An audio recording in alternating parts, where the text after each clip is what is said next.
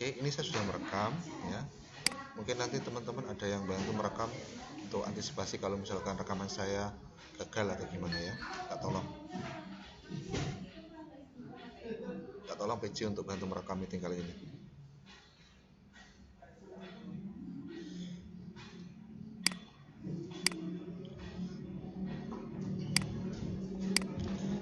Baik, apakah sudah muncul untuk tampilan PPT saya?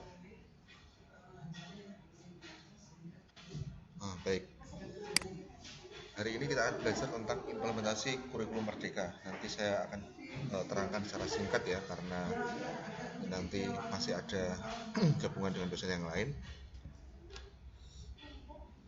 Nah, dalam implementasi kurikulum 2013, apa saja yang perlu disiapkan? Di sini ada yang namanya KOSP. KOSP adalah kurikulum operasional satuan pendidikan.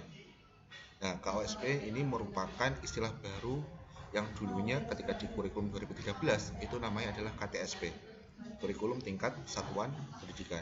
Nah, dalam menjalankan kurikulum 2013 di sekolah, itu kepala sekolah bersama seluruh warga sekolah yaitu guru-guru dan komite itu menyusun yang namanya KOSP, kurikulum operasional satuan pendidikan. Biasanya disusun di awal tahun ajaran baru.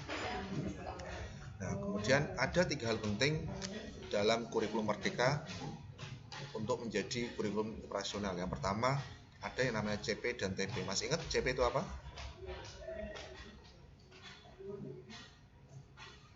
Halo, apakah ada yang masih ingat CP itu apa?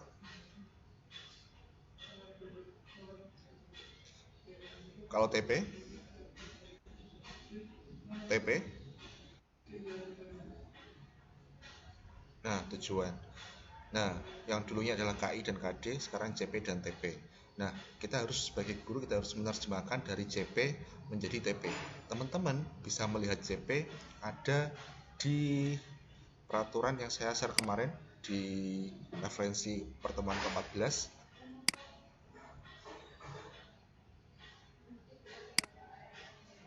Apakah sudah muncul? Apakah kelihatan? Nah, teman-teman bisa melihat ini ya, CP-CP yang ditentukan oleh pemerintah. Silakan nanti teman-teman bisa baca-baca kembali, khusus yang matematika itu nanti teman-teman langsung aja buka di halaman ini 1342, capaian pembelajaran pendidikan khusus matematika. Karena di sini halamannya banyak ya. Ini file yang kemarin saya kirim di Elita, teman-teman bisa download, atau mungkin ini saya share kembali di grup WA, saya share ya. Nanti teman-teman bisa melihat di halaman 1342 tentang capaian pembelajaran pendidikan matematika. Dari CP ini nanti teman-teman akan mengubah menjadi TP. Nah, ini CP-nya misalkan saya lihatkan dulu. Nah, ini capaian pembelajaran setiap fase. Pada kurikulum Merdeka nanti CP-nya itu berdasarkan fase, bukan tiap tingkatan kelas ya. Fase A itu dari kelas 1 dan kelas 2 ada beberapa CP-nya, yaitu ini. Peserta didik dapat memahami, membilang dan menuliskan bilangan asli sampai dengan 20 menggunakan benda konkret, menunjukkan cara melakukan penjumlahan bilangan asli dan seterusnya. Namanya CP. Dan ini CP per elemen.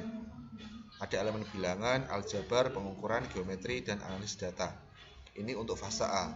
Kemudian untuk fase B itu untuk kelas 3 dan kelas 4 SD ya.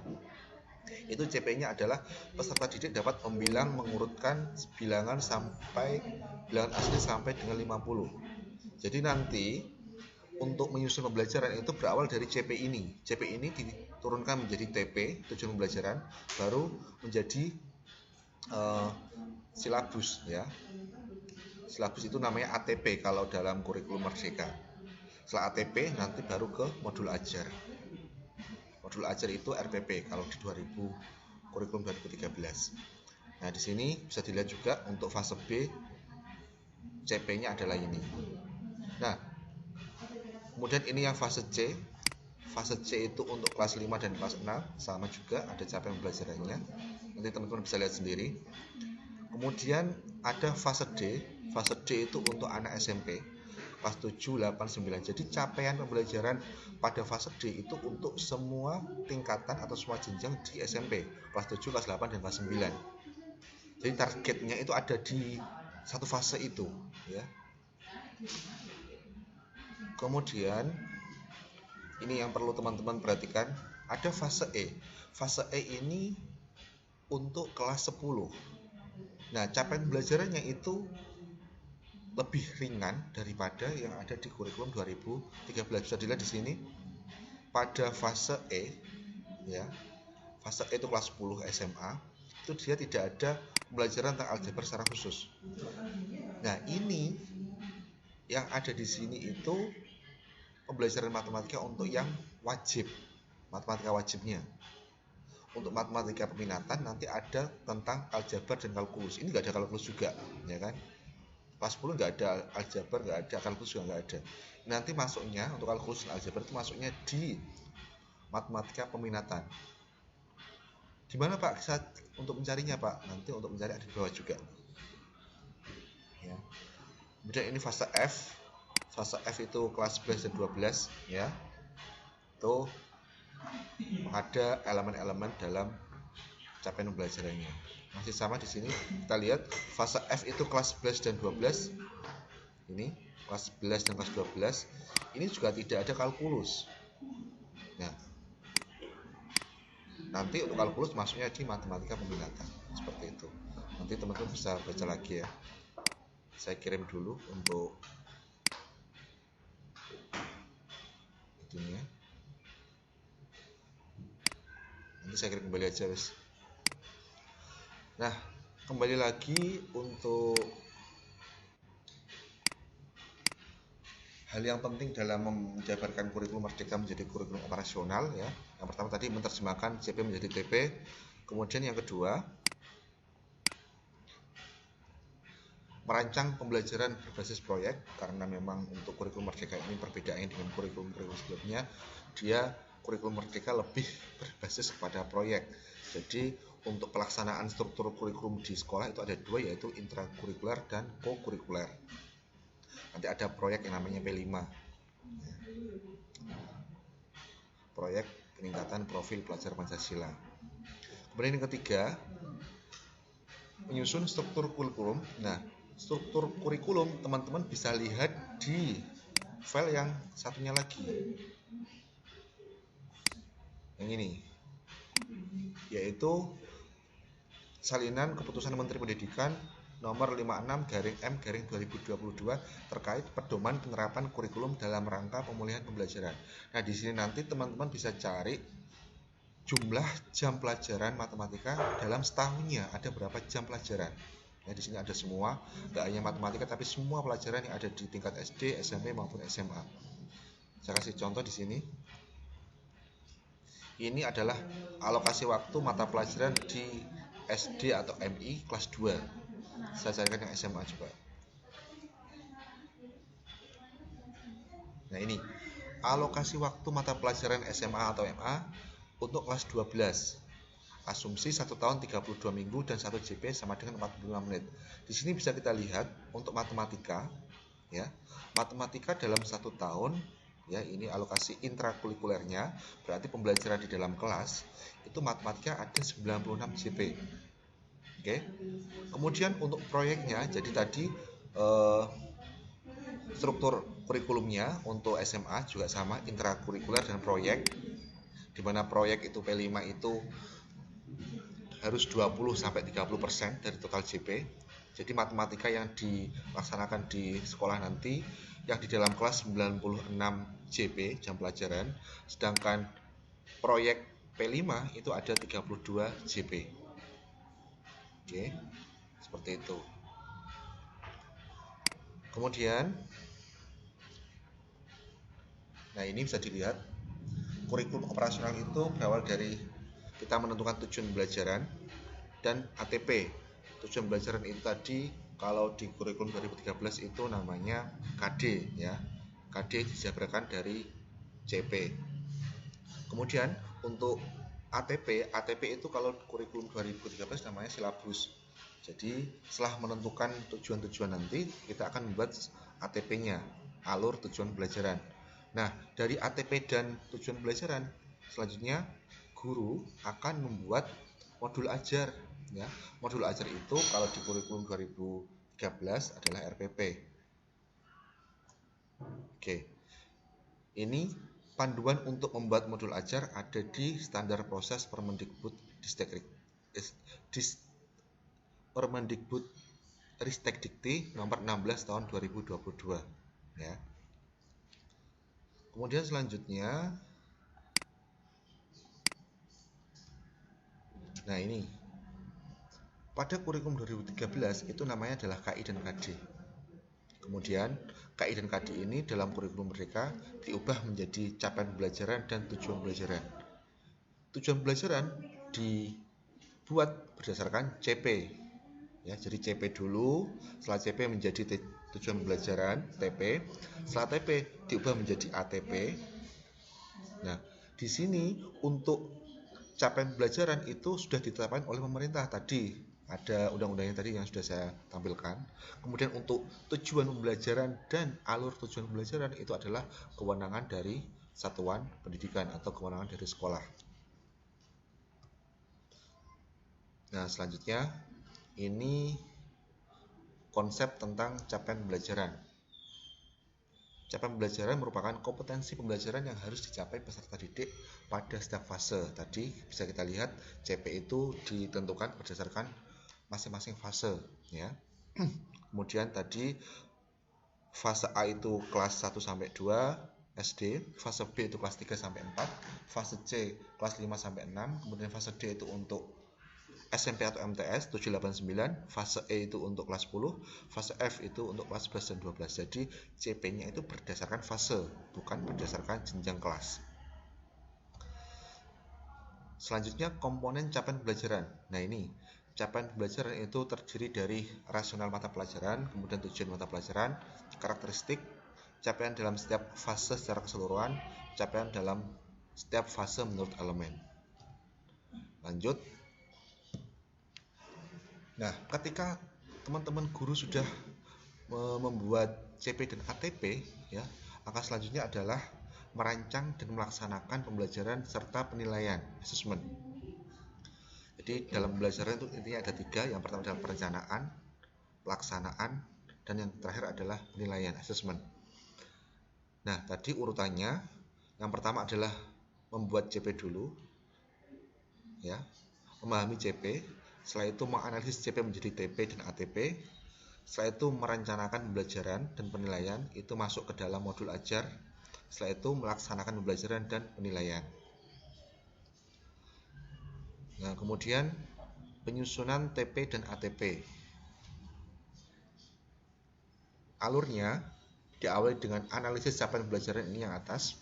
Kemudian kita mengembangkan CP menjadi ATP dan TP tadi per fase.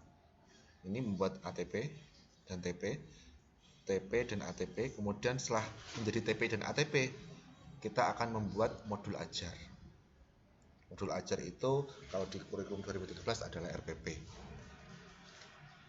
Nah ini, modul ajar merupakan salah satu jenis perangkat ajar, karena tadi untuk perangkat ajar ada banyak, ada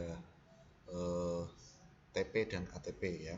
Kemudian lagi satuan pendidikan yang menggunakan modul ajar yang disediakan pemerintah, maka modul ajar tersebut dapat dipadankan dengan RPP Plus karena modul ajar tersebut memiliki komponen yang lebih lengkap dibanding RPP. Jadi modul ajar di kurikulum Merdeka itu RPP yang dilengkapi ya. Jadi dia bentuknya hampir sama dengan RPP tapi ada plusnya.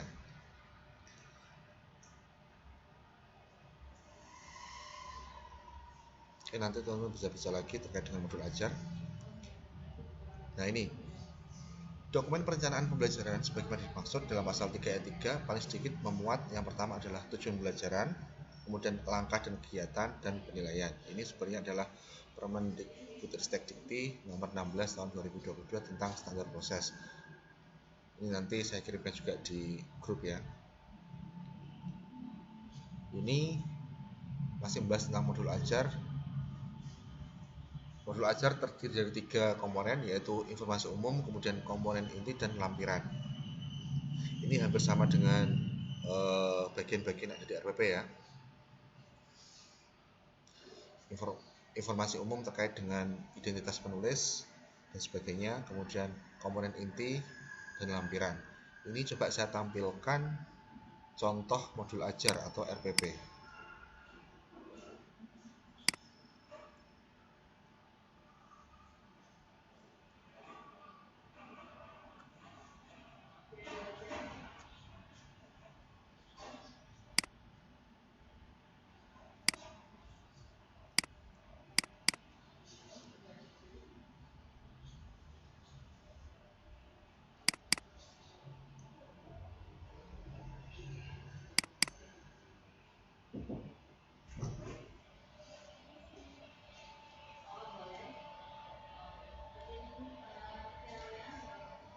Apakah sudah muncul teman-teman?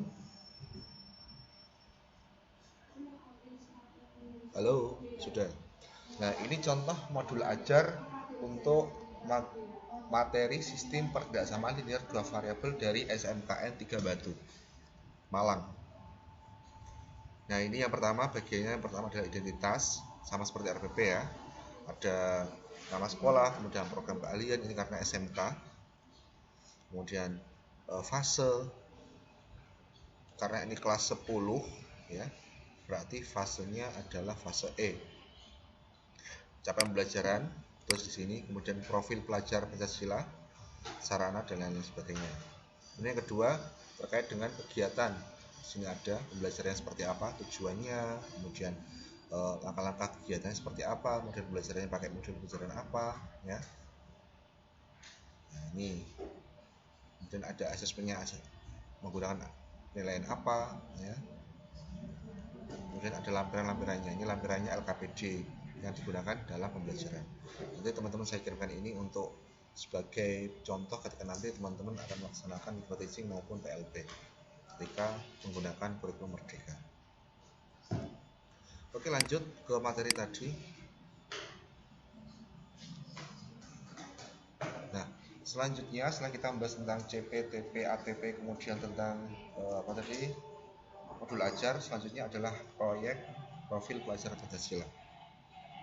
Nah, profil pelajar Pancasila itu ada 6 ya, yaitu yang pertama beriman bertakwa kepada Tuhan Yang Maha Esa dan berakhlak mulia, kemudian berkebinekaan global, gotong royong, kreatif, bernalar kritis dan mandiri. Jadi inti dari pembelajaran kurikulum Merdeka adalah untuk mencapai profil pelajar Pancasila. Ya, di mana profil pelajar Pancasila itu ada 6 ini. Kemudian, nah, untuk membuat proyek profil pelajar Pancasila itu ada beberapa tema yang ditentukan oleh pemerintah, yaitu yang pertama gaya hidup berkelanjutan, yang kedua kearifan lokal, yang ketiga Bhinneka Tunggal Ika, yang keempat bangunlah jiwa dan raganya, yang kelima suara demokrasi, yang keenam berrekayasa dan berteknologi untuk membangun negeri, yang ketujuh adalah kewirausahaan.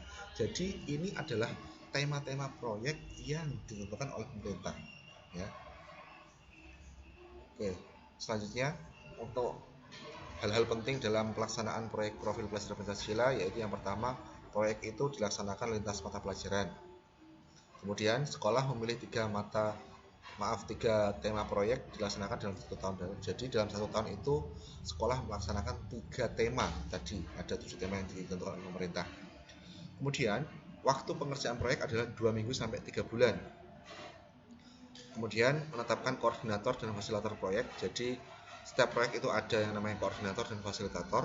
Kemudian koordinator dan fasilitator membuat modul proyek. Jadi untuk pelaksanaan proyek itu harus ada modul proyeknya. Coba akan saya tampilkan modul proyek. Saya kemarin sudah download contoh modul proyek. Bentar ya. Modul proyek.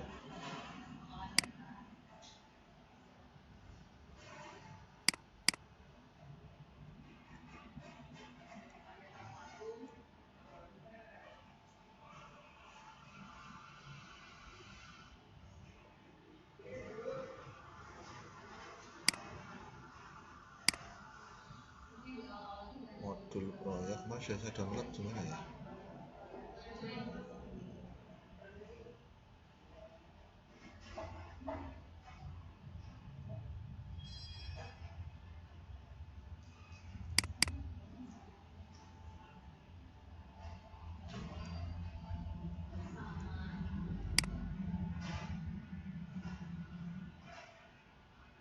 Oke, nanti kalau sudah ketemu saya kirimkan di grup aja ya.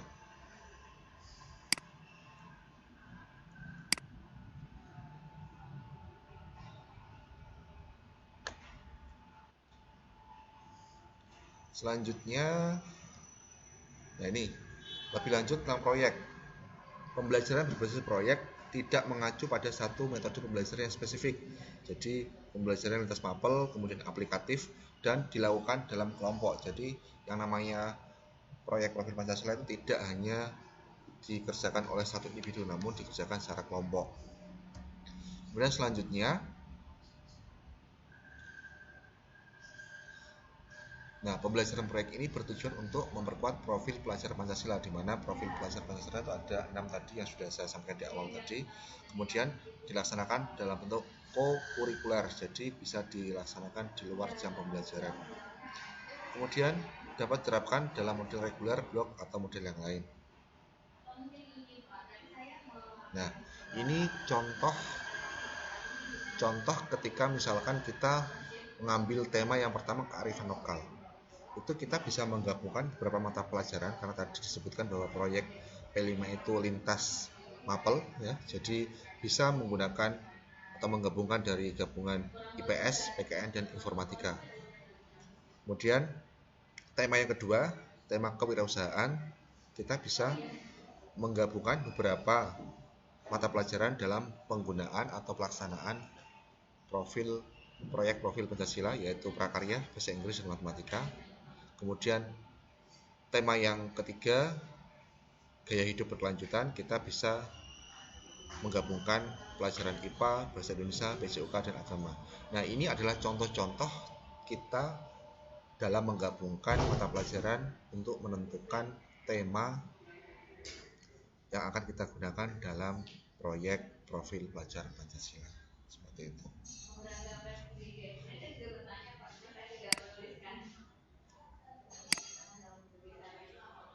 Oke, itu saja yang dapat saya sampaikan untuk materi implementasi kurikulum Merdeka.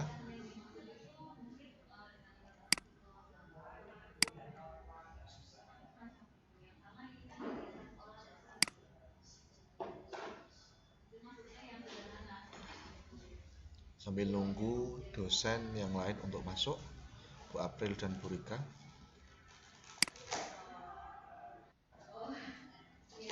Oh iya, Pak April, mohon maaf, agak terlambat ini tadi presentasinya. Agak molor tadi. Ya, tadi Bu Rika katanya sedang di luar, Bu ya?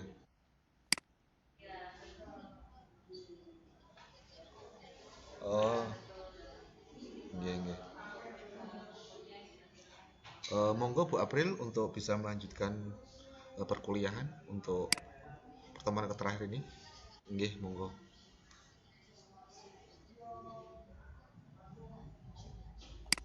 Nggih, nggih. Nanti teman-teman bisa itu ya, download materi yang saya share di Elita. Kemudian nanti misalkan ada pertanyaan atau apa bisa tanyakan di grup atau tanya ke Jabri ke saya langsung.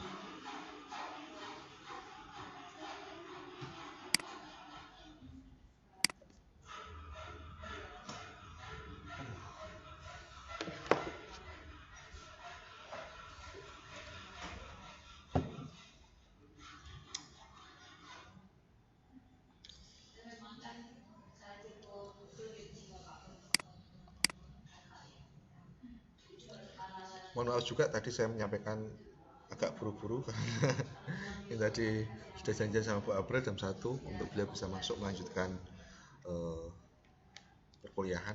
Jadi tadi agak buru-buru, nanti kalau teman-teman ada pertanyaan bisa tanyakan ke saya.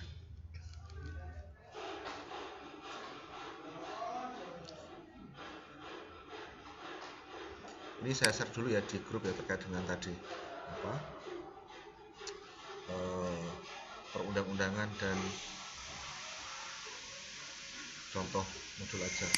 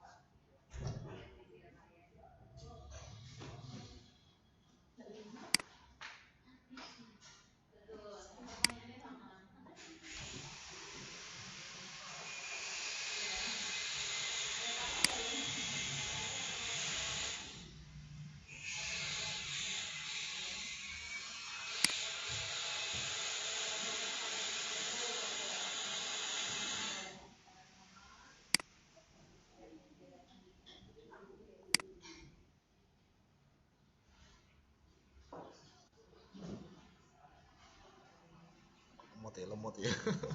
Belum ada Bu. Belum ada.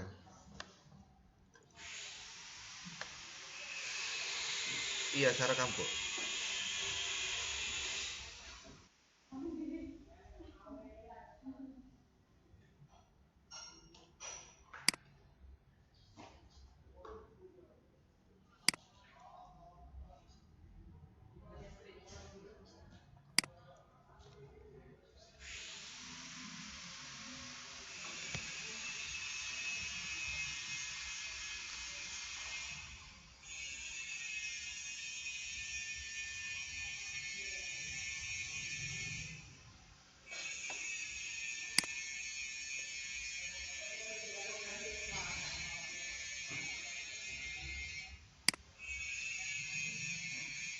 Iya Bu, sudah selesai tadi untuk hari ini kita mempelajari materi terakhir yaitu implementasi kurikulum merdeka.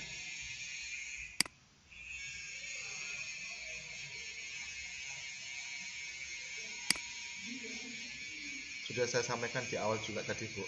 Mohon maaf.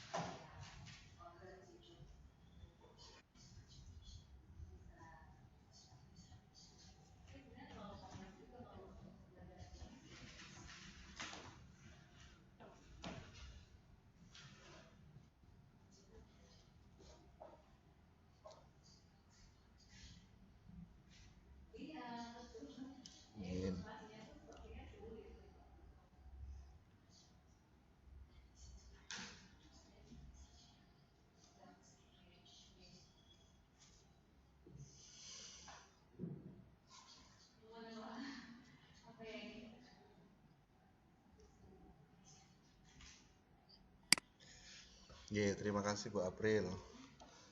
Baik, sama seperti Bu April, saya juga mengucapkan terima kasih banyak kepada teman-teman mahasiswa baik dari Untidar maupun teman-teman mahasiswa dari STKIP PGRI Bangkalan. Terima kasih sudah mengikuti perkuliahan kajian kurikulum pendidikan matematika dari awal sampai akhir, men, apa, bisa mengikuti kegiatan PDK ini dengan lancar, dan saya sangat senang sekali karena selama pembelajaran yang kita lakukan teman-teman relatif aktif ya menanyakan tentang materi. Saya berterima kasih sekali. Kemudian kami juga mohon maaf karena mungkin kami masih banyak kekurangan dan kesalahan dalam memberikan materi ya. Kemudian harapan kami walaupun sedikit apa yang bisa kami sampaikan kepada teman-teman terkait dengan materi kurikulum ini, semoga dengan sedikitnya itu bisa memberikan banyak manfaat kepada teman-teman semuanya ya. Dan semoga untuk UAS besok teman-teman bisa lancar dalam mengerjakan dan mendapatkan hasil yang maksimal.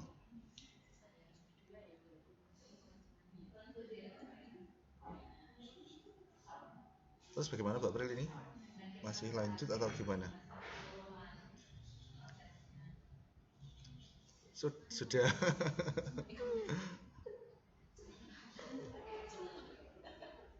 Oh iya, mohon maaf Bu Rika izin tidak bisa gabung karena sedang ada di luar, ada kegiatan ya. Jadi saya juga mewakili Bu Rika. Beliau mohon jika ada kekurangan atau kesalahan bisa dimaafkan. Sekian dari kami. Semoga apa yang kita pelajari pada satu semester ini dapat bermanfaat bagi kita semua. Sekian dari saya, kurang lebih mohon maaf. Wa'alafu minkum, wallahul muwaffiq ila aqwamit thoriq. Wassalamualaikum warahmatullahi wabarakatuh.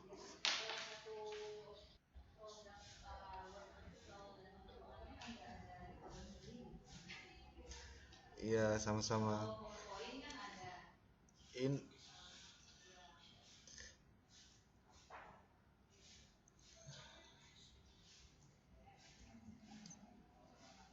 ini perlu dokumentasi foto enggak, Bu?